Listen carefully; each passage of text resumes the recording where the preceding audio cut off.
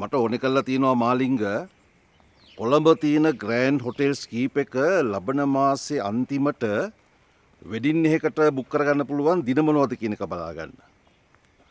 මං ඒ වැඩේට හෙට කොළඹ එන්නේ කියලා හිටියේ. පස්සේ මතක් වුණා මාලිංග අද ඉන්නේ කොළඹේ කියලා.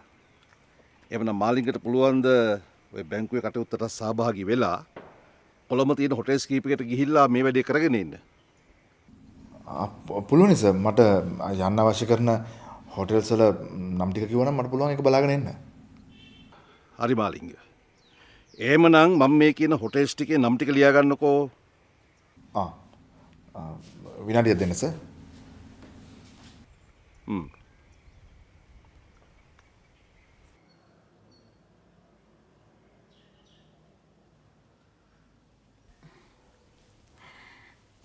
අපිට ඉන්නේ එකම පුතයි. අපි වෙඩින් එක හොඳට ගන්න ඕනේ. ගර්ලි මාත් කියන්නේ ඒකම තමයි. මිස්ටර් ලොයිඩ්ලට නොදෙවෙනි විදියට අපි මේක ගන්න ඕනේ. අපි තෝන් කමින් එක හොටෙල් එක ගමු.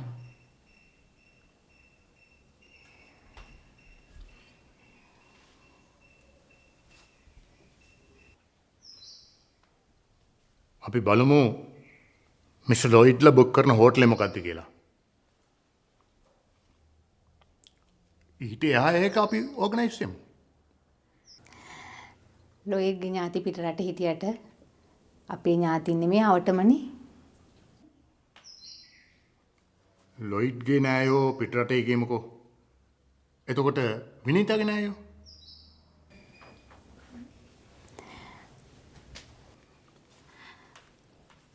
විනීත දවසක් මට කිව්වා එයාගේ ගම මාතරලු. යාළු පවුල එකම දුව. අම්මා තාත්තා නැති වෙලා හුඟක් කල්ලු. කොහොමත් ඉතින් ලොයිඩ් වැඩි ඥාති සම්බන්ධකමක් නැති කෙනින්නේ.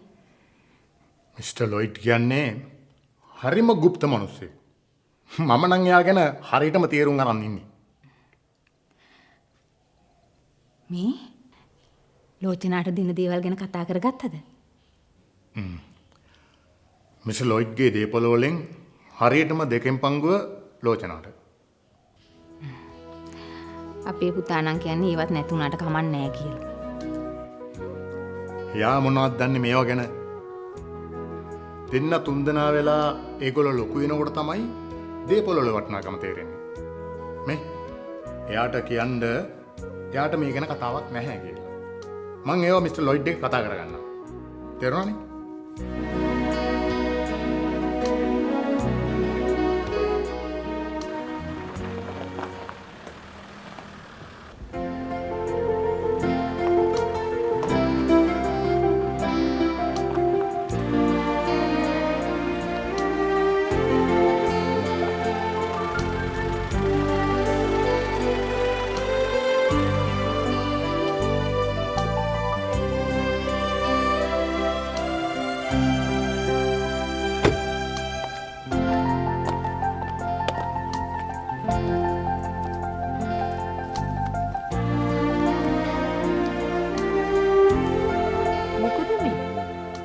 නංගි ටවුන් යන්න ඕනේ කියලා මගෙන් බැස්සා.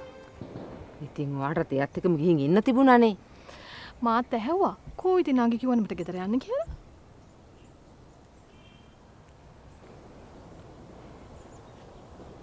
කවදාවත් නැතුව මොකද යා මේ රස්ති අඩු යන පටන් ගන්න තියෙන්නේ. ඔය මාමී එයා කැම්පස් ගියාට පස්සේ ලැජ්ජ බය නැති වෙලානේ.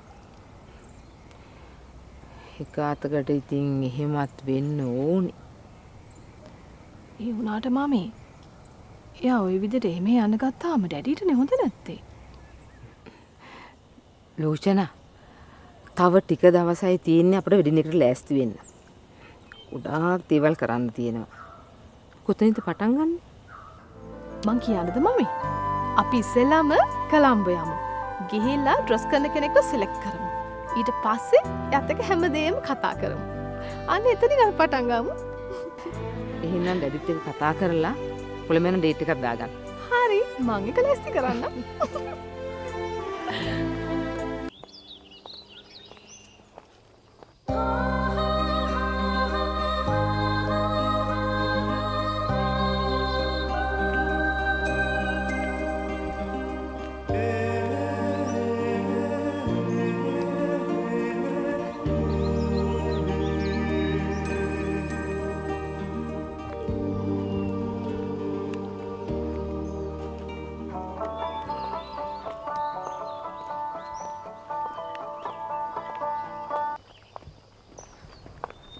හෙලෝ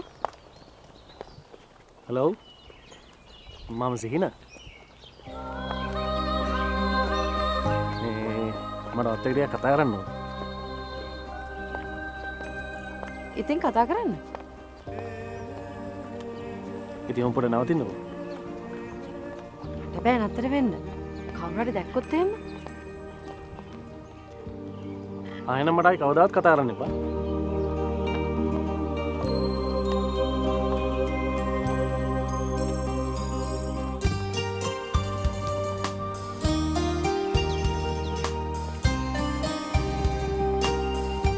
ඇයි මාව නැවැත්තුවේ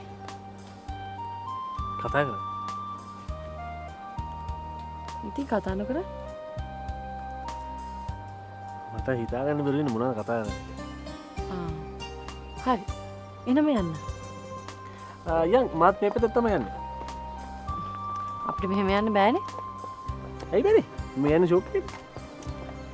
මිනිස්සු බලන් ඉඳී සමහර යන්නේ අපි යන්නේ පාරේ. ඔයා ඔම යනවා මම මේ යනවා. එහෙනම් යමු යා අයි කෝල් සිදි කට් කරේ කතා කරන්න නැතුව. කතා කරන්න දෙයක් නැති නිසා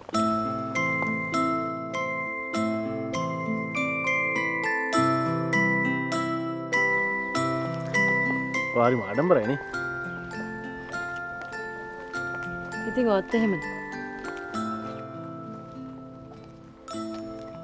මං හිතාගත්ත ජීවිතේට ආයි කතා කරන්න නැහැ. එහෙම කරන්න බෑනේ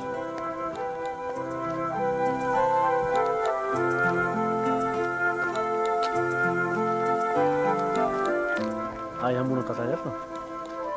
දැන් ඉතින් බය නෑනේ ඔයාව දන්නවා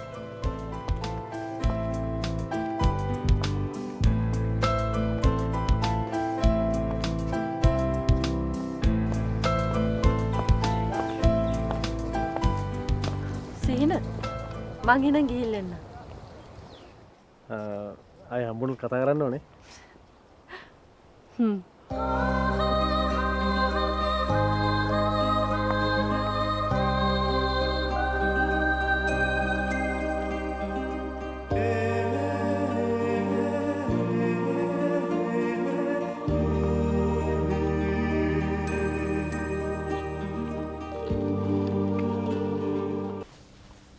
ඒ කියන්නේ අදෙනු